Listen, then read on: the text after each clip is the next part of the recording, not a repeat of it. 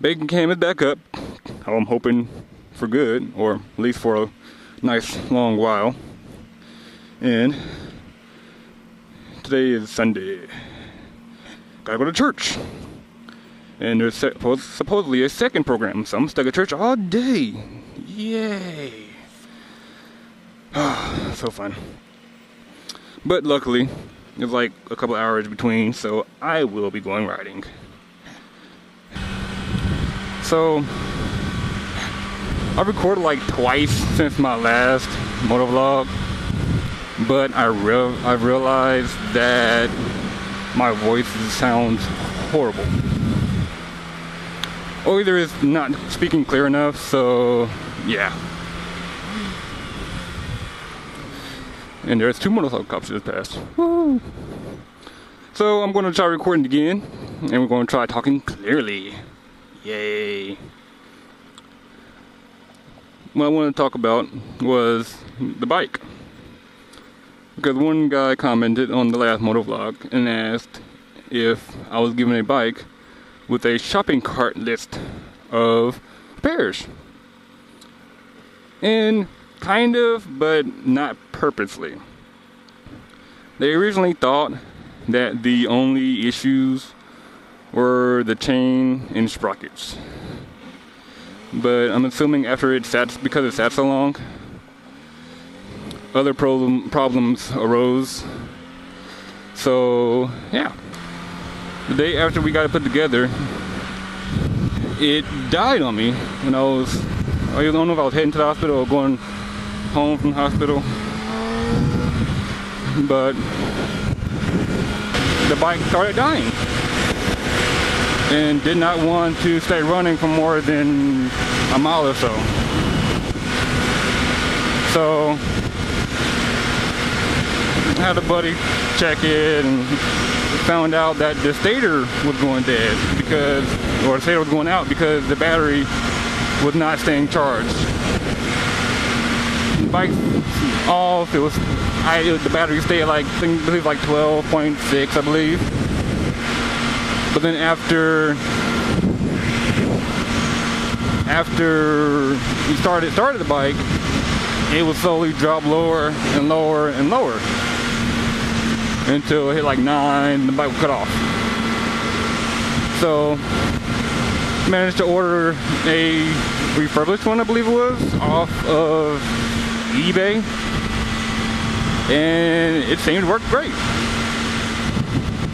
And I thought I was all good.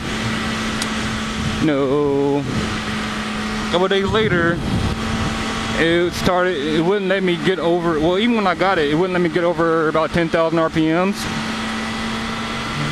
And then after we put the stator in, I started riding for a while, it still got to the point where it wouldn't let me over 8.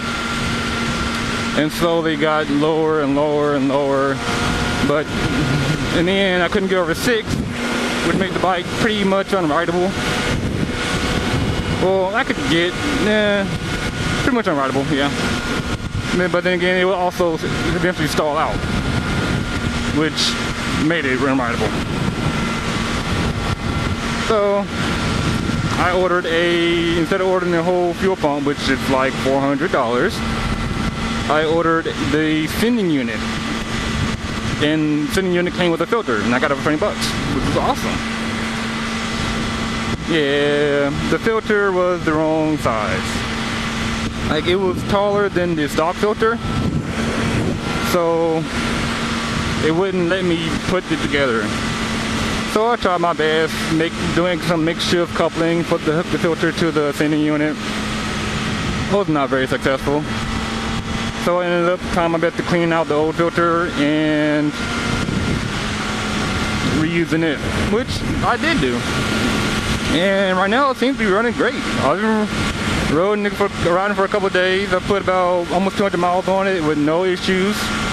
Well, it was originally, after I put the old filter on, I did a fuel treatment, which it was still not getting above 6, but it was slowly getting higher and higher. So now I am able to get over that, which is awesome. And I think the bike is running good. I gotta get one of my friends or somebody from the group that owns a ZX6R, 07 or 08, that know how they should ride, and let one of them ride it and see what they think. So right now everything's stock, but the weird thing is it has a speed healer on it. So I don't know why it has a speed healer. I'll try pacing myself with other guys I ride with, get them to get next to me and I look at their speedo, and it says the same thing, but the speed healer is set to 6. Which of course I haven't done my research on the speed healer yet to know what the settings, if it's down 6, if it's like -6 maybe, or if it's +6, but it just says 6. So I don't want to mess with it.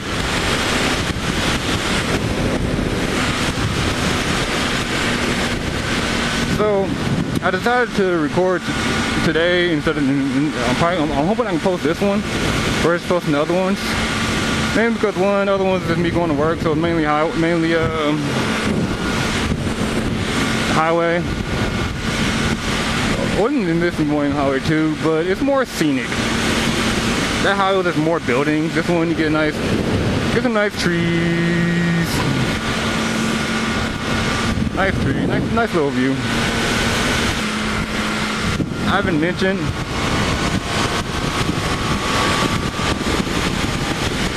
where I live yet, which probably won't. I don't think so. It'll probably just be obvious eventually. You'll probably see license plates and everything else. Or you might see, some people that live here might notice certain things. Like I'm probably going to pass a nice cool landmark. Well, it's a nice known place, probably a tourist attraction. Oh, it is. So people were like, oh, I know where he lives. I might know that guy. Maybe. Who knows? We'll see. I don't want to be famous yet. I'm not really looking for YouTube fame. I'm just wanting to show people what... I know there's some people that can't enjoy motorcycles for reasons. Maybe parents won't let them get one, or they don't have the ability to operate a motorcycle, which is perfectly fine. So pretty much I'm sharing my experience with them.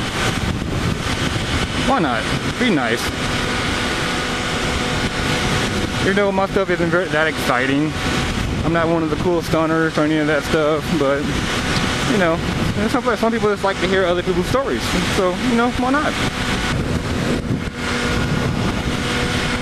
I think I'm finally getting used to a sport bike. But I have realized I need a better helmet. I'm pretty sure there's a lot of wind noise and the mic position is not the best. Just like riding a mustache. So I'm pretty sure I'm gonna pull it off and have a little mustache hair stuck up in it. And also, everybody else might notice a little smudge of sorts on the screen or lens. It's actually a scratch on the cover, which sucks.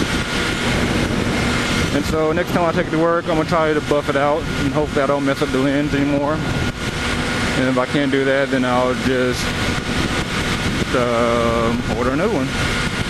Or I might just go ahead and order a case for my other GoPro. Right now I'm using the Hero 2, which is a nice camera. But I have a Hero 3.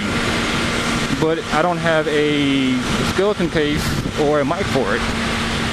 Because they're like twice as much for it as it is for this one. I think I'm finally getting used to a sport bike. But I have realized I need a better helmet. I'm pretty sure there's a lot of wind noise and the mic position is not the best. Just like riding a mustache.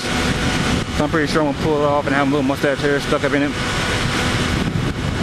And also, everybody else might notice a little smudge of sorts on the screen or lens. It's actually a scratch on the cover, which sucks. And so next time I take it to work, I'm gonna try to buff it out and hopefully I don't mess up the lens anymore. And if I can't do that, then I'll just order another one.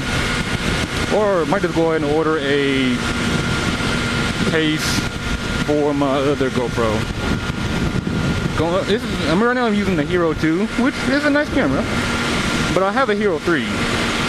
But I don't have a skeleton case or a mic for it.